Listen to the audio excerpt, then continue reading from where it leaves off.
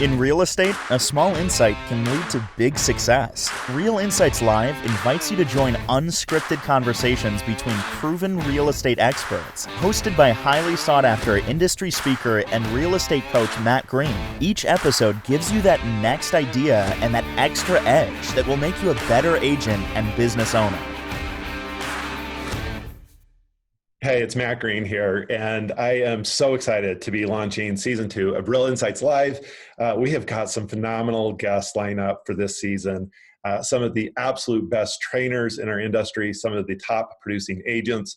I'm just super excited. It's going to be a phenomenal lineup of guests. And today's guest is no different. He is one of the absolute best trainers in the country. MAPS Mastery Coach, Keller Williams University approved trainer. The guy is just a stud, and he's coming to Salt Lake City. And so I took this opportunity to interview him. Now, I got to admit, this was not our smoothest show yet. In fact, when we got done with season 1, we felt like we really had things dialed in and really operating smooth and cleanly and efficiently. And so I thought I could just jump on and do it again without any problems. And everything that could have gone wrong went wrong. The setup was wrong. Our audio wasn't working. Facebook had changed their the way that the live feed connects. And then to top that all off, I had a light falling over. But right in the middle of it, somehow, just as we got started, this really great guest, Peter Chabris, who teaches customer experience, and who was my guest, the guest for the call, the show that you're about to listen to, somehow got distracted and had someone else's name on his mind. And so he keeps referring to me as Tim. So about halfway through the call, I realized he kept calling me Tim. I thought he was referring to someone else at first. And so I corrected him. We had a good laugh about it. But I can guarantee you that future shows, I think we'll have our act together a little bit better. I'm confident we will. And what a great way to start the season, by poking fun at ourselves just a little bit and learning from being properly prepared to do it again. So anyways, with that being said, welcome to season 2. Really excited about the lineup of phenomenal guests that we have over the next several months. All right, so welcome to the show. Thank you so much for joining us. It is, December 5th already, 2019. And we are excited about the guest that I have today, in particular, because I think as the landscape of our industry is really changing, we are seeing, how important it is for customer service to play a differentiating role in our ability to really play at a whole different level in this environment and compete with people who are kind of disrupting and really devaluing, in some cases, the service that agents provide to clients in the industry. So super excited about my guest today. Peter Chabris is one of the top agents in our company. He's a MAPS Mastery Coach. He's part of Gary Keller's private Mastermind group, which is a really exclusive group of top agents in the country. And he is Keller Williams faculty. Peter, so glad to have you on the show. Thanks for joining me. Yeah, I'm super excited to be here. Thanks for having me.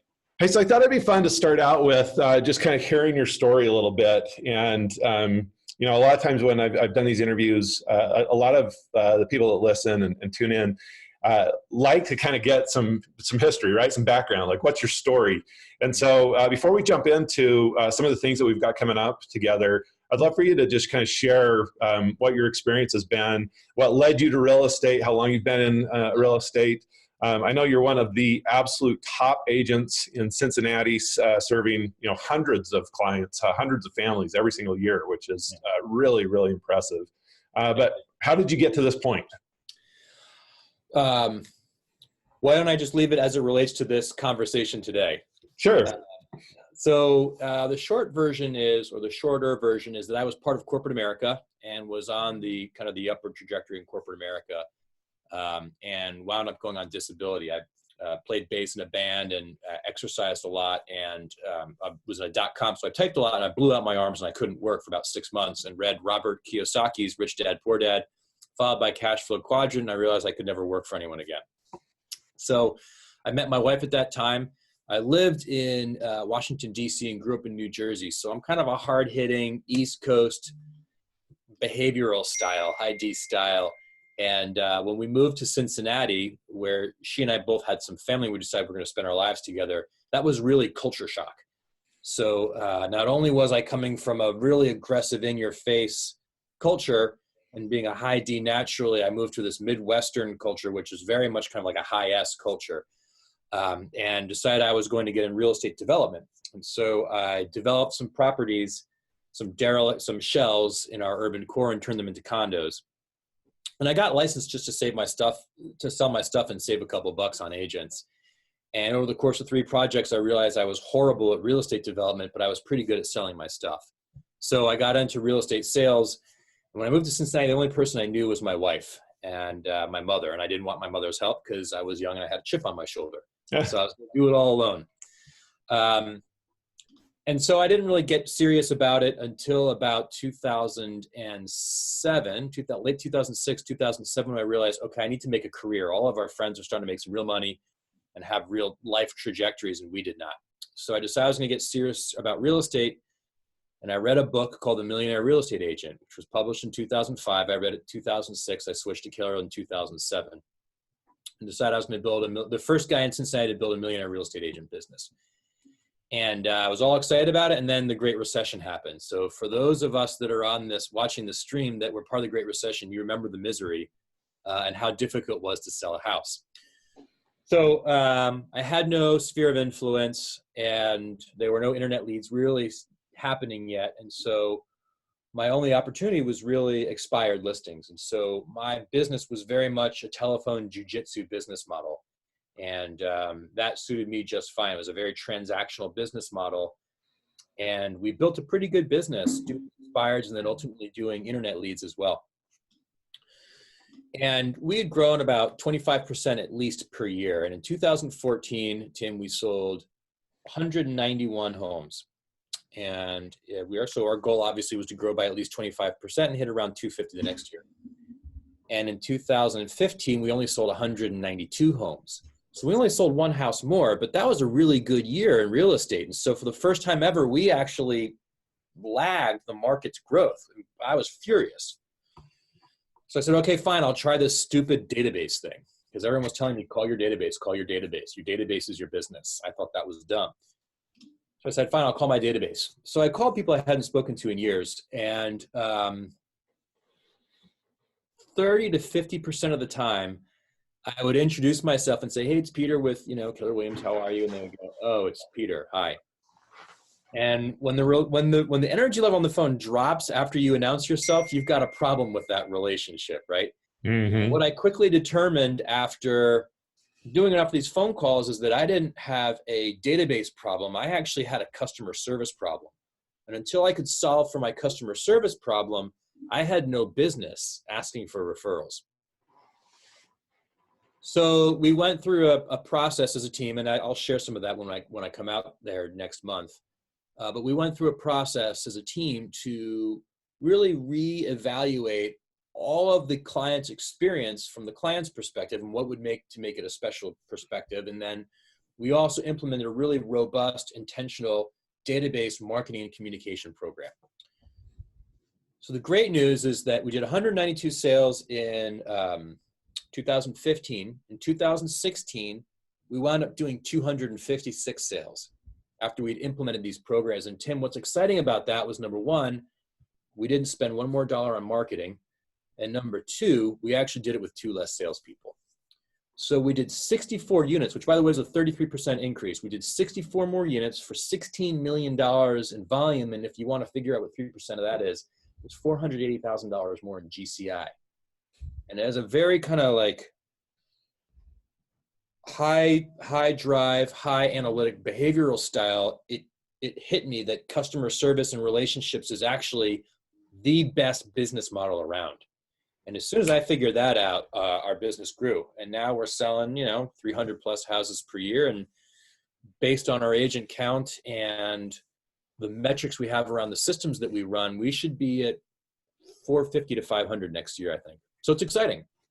So I want to back up for just a minute, because you said something that I think is really relevant, and something that I see going on in our industry right now that I think,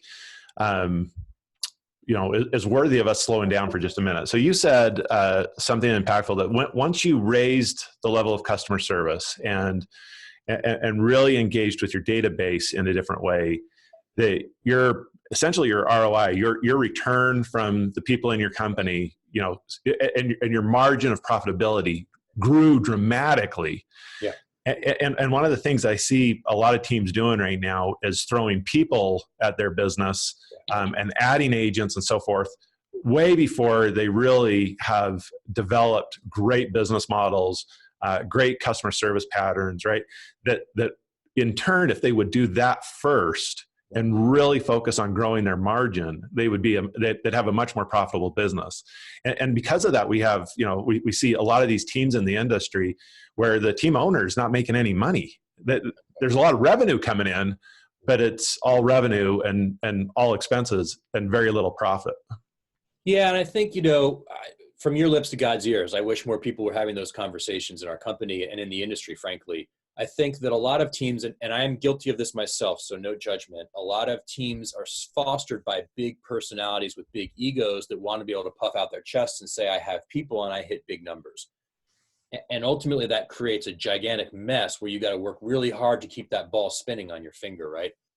If we applied the same level of drive and intentionality around serving our client and honoring and expanding and deepening that relationship, the business actually grows a little less quick at first, but it's so much more robust, it's so much more profitable, it's so much more sustainable through economic shifts and technological shifts.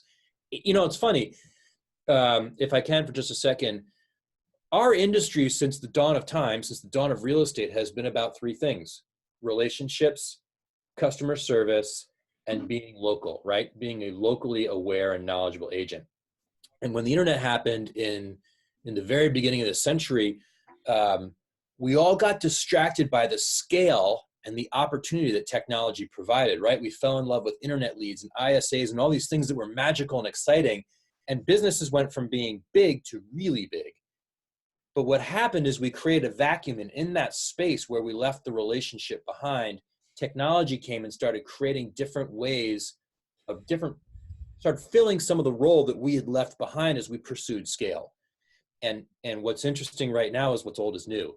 And it's all about the relationship and it's all about service. And we better be better about being hyper local as well. Yeah, I think that's exactly right. I think, one of my favorite quotes or isms is in the absence of value, right, the price or the fee is always going to be questioned. Right. And certainly as we think about the industry shifting and more downward pressure on commissions and so forth, yeah. The thing that's going to differentiate us from others is raising the value game. And part of that's a perceived value, but helping our clients understand and realize and perceive and experience higher levels of value will be the thing that really protects us from those who are trying to displace, real estate agents. Would you agree with that? Totally, 100%. If I could plus that up, I think that the relationship, so there's several battles going on all at once in our industry right now. One of them is the control of the consumer's eyes, right? Because whoever owns the consumer's eyes gets to own the balance of the consumer experience through the transaction, ultimately through the home ownership component. Right now, technology owns the relationship for the majority of us, right? Consumers are going to Zillow or they're going to Redfin or whatever to get information about real estate, where they really should be going to us. And so the relationship component puts you back in the driver's seat and recaptures mind share in the consumer's head about real estate. They should be thinking of Tim. They should be thinking of Peter. They shouldn't be thinking of Zillow for information. So the relationship captures mind share, but that's not enough. When you have the opportunity to serve somebody because you had your mind share and you got the repeat business or the referral business, you have to create a powerful and compelling experience that the consumer emotionally connects with, because the emotional connection they have, hopefully positive emotional connection that they have with you, is the fuel that will drive future referrals to you.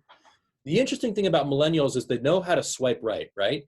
And they will swipe right because of its convenience. They'll use the technological solution. However, they've grown up having everything they could ever want, financially for the most part, and certainly technologically, access to anything very easily.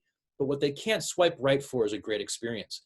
And so millennials, if you provide a great experience for them, are actually the most brand loyal generation out there. So if you create a customer experience, a great customer experience that they connect to, they're incredibly brand loyal. And by the way, they're the best brand advocates of any generation because they know how to leverage social media. So in a few short weeks, January 30th, we've got Peter coming into town to teach one of the pinnacle classes that Keller Williams offers, one of the great training courses that we offer, which is all about customer service. It's called the customer experience. And in many cases, Peter, people that will end up hearing this will hear this after we actually have that event. And so we end up getting thousands of downloads over months, over time.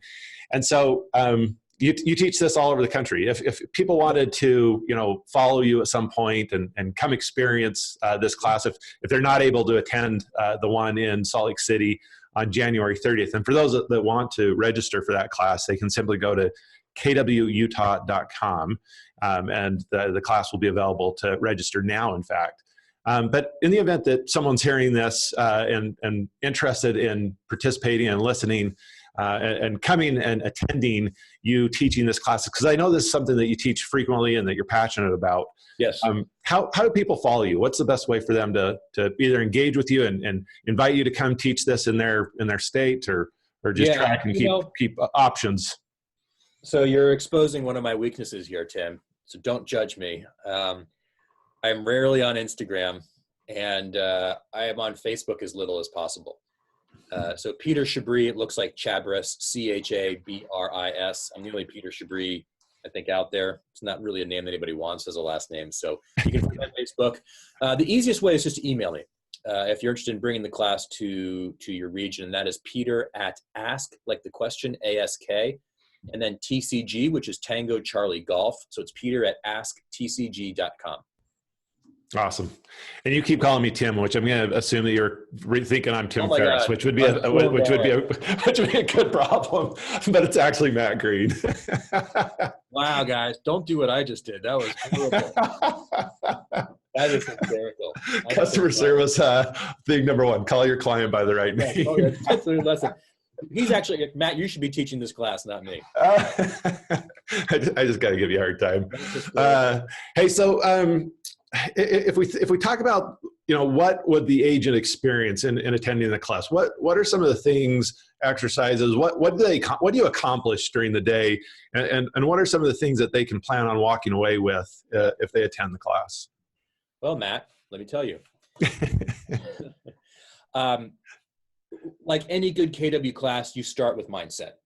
If you don't buy into it between your ears, then it's going to be a waste of your time, right? So we're going to spend a little bit of time talking about why you would choose to invest time, money, and energy in focusing on improving the customer service, the customer experience side of your business.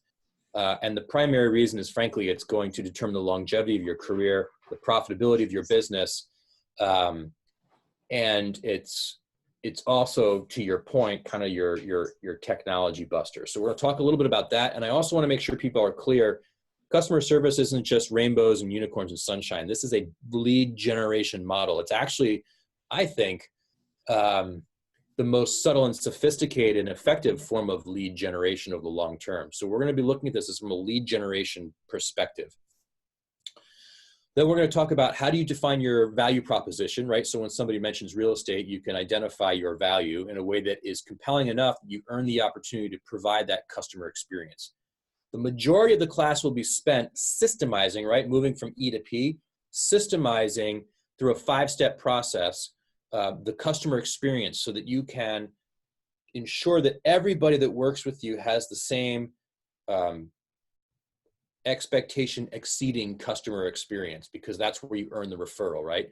And then the last part of the class, we'll be talking about how do you effectively and systematically market to and communicate with your database through a 36 plus touch program that's going to yield consistent referrals. And depending on how the class is going, I'll be sharing a lot of the kind of inside tricks that our team uses. Generally speaking, you'll hear people say somewhere between a 6 to 8% return on database, right? For every 100 people in your database, you should see 6 to 8 repeat or referral clients. I'm going to share a system that gets to 10. And some of our agents on our sales team are seeing as much as a 15, even a 16% return on their database using this program that we use. So I'm going to stick with the material, but depending on how much time we have, I might insert some additional stuff that our team is doing just to kind of plus it up a little bit for your agents. Yeah, I love that. One of my very favorite statistics I think about frequently, and I share with agents all the time, especially new agents that come into the business. I explain to them that this business gets infinitely easier in years 3 through 5 if they do the right things in the first 3 years. And something magical happens when you do the right things for those first 3 years, where all of a sudden you start getting those referrals and those repeat clients, and all of a sudden business is flowing to you if you do the right thing. And very few people do the right things. And the statistic that helps us understand that at such a deep level, and I'm going to not get this exactly right, but it's close, which is National Association of Realtors statistics that says that consumers would use their same agent that they'd used previously 80% of the time, yet they only do like 18% of the time. Yeah, it's 88 and 17. Mm-hmm. Is that what it is? Yeah, 88 and 17? Yeah, it's even more profound. Yeah. Wow, yeah. And so, when we think about providing phenomenal customer service, there's probably a level of us doing it pretty well. Otherwise, the consumer wouldn't want to use us again. Right. So at 88%, that's a really great standard for people that want to re-engage us, yet they only do 18% of the time. So what you're referring to in these staying and providing value after closing, between closings, right? Yes. That's when we really have such a massive opportunity when we think about our value proposition and our service offering in between the events of buying and selling a home. Maybe just share one last thing, if you would, with me before we wrap up, and then we'll give some more instructions on how people can connect and sign up for the class. But something you talked about, which I think is really important, and I think is sometimes underestimated or missed, is the importance of memorializing or writing down what your value proposition is. And it sounds like that's part of this training that we go through. And why is that so important? Why is it important that we get to that state where we really sit down and write out our value proposition? Well, we're salespeople, which means we're in the communication business, right? And we are only going to be as effective as fiduciaries and as effective as salespeople as our ability to communicate. And so actually sitting down and taking the time and going through the exercise to, number one, write down your value proposition enables you to verbalize it more concisely. So when the opportunity presents itself, you can communicate and earn that opportunity to serve somebody in a move or in an investment. Is that what you're asking for? Yeah, for sure. I mean, some of the thoughts I had relative to this is one, your ability to communicate it gets better when you've slowed down and taken the time to articulate it and write it out. Yes. I also think it plays, as I think about business and my business, I think it plays such an important role in us identifying standards. So as we think about the standards that we want our team to operate at, when we communicate our value proposition, I think it starts to really be effective in our ability then to communicate that to the people on our team who we depend on delivering that value proposition, delivering that service, right? Yes. So if we know, I mean, there's no way that you personally on your own can sell 200 plus homes a year. Yeah. So clearly you have team members who are working on your behalf, representing your name, your company. And I think that time that we take to articulate our value proposition and our standards around the value and the experience we want our clients to have allows us then to train our people and set those standards and expectations with them in a way that we can ensure that the experience our customer is having is consistent from experience to experience. Yeah, that's exactly right. Oh, sorry, go ahead. I was just going to say, does that resonate with what 100%. You teach and how you think about it? Yes, and you nailed it. Standards is something else that we work through in the program. And standard isn't just like lead generation standards; it's also customer service standards. And we say team a lot. Can we peel back team? Team is not megazoid structures. Team is sometimes you, the director of first impressions, your favorite lender, your favorite home inspector, your favorite title company. All of these people are part of your team. And when you write down your value proposition and the standards that serve that value proposition and you share those with your team, your vendors, or if you are in a leverage business situation, when everyone is clear on what the standards are and you enforce them, because that's another thing, right? That is when the business becomes systematically referable. And systematic, the two sexiest words in real estate are systematic and consistent. And so we want to make sure that we have a consistent and systematically referable customer experience, and that's driven by a value proposition standards built around it. You're absolutely right. That was spot on. Yeah, awesome. Well, we are really excited to have you come into Salt Lake City. Again, we're going to be hosting Peter here in Salt Lake City on January 30th. You can sign up and register to attend the class. The cool thing about this, I mean, this is normally a very expensive class to attend, or it takes some investment by those who attend. And we have a great opportunity here where the market center owners have stepped up to underwrite this. And so we have very limited space. And it's going to fill up quickly because we're not charging anything of the agents to attend. So we're really, really excited about that. And I'd encourage, I know there's going to be a lot of agents who miss the opportunity to attend because of the lack of space. And so I'd encourage you to get on and get registered as soon as possible, even though it seems like an eternity away with Christmas coming up. So kwutah.com.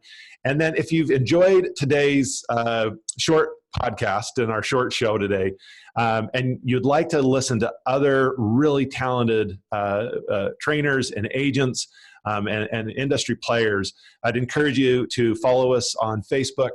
You can find us, just search for Real Insights Live. And certainly we have a number of great podcasts. This is our second season this year. And we had some really great guests last year at realinsightslive.com. So you can check that out and many others, this episode and many others at that website. And then certainly if you want to follow me on Facebook, it's facebook.com/Matt Green, Utah. One of the things that you shared with us, Peter, there at the end is, I think, such a great point. And that is this idea of helping those team members that are really our outside vendors, our title company, our lenders. We have every right and the ability to go sit down with them and say, this is the experience we want our client to have.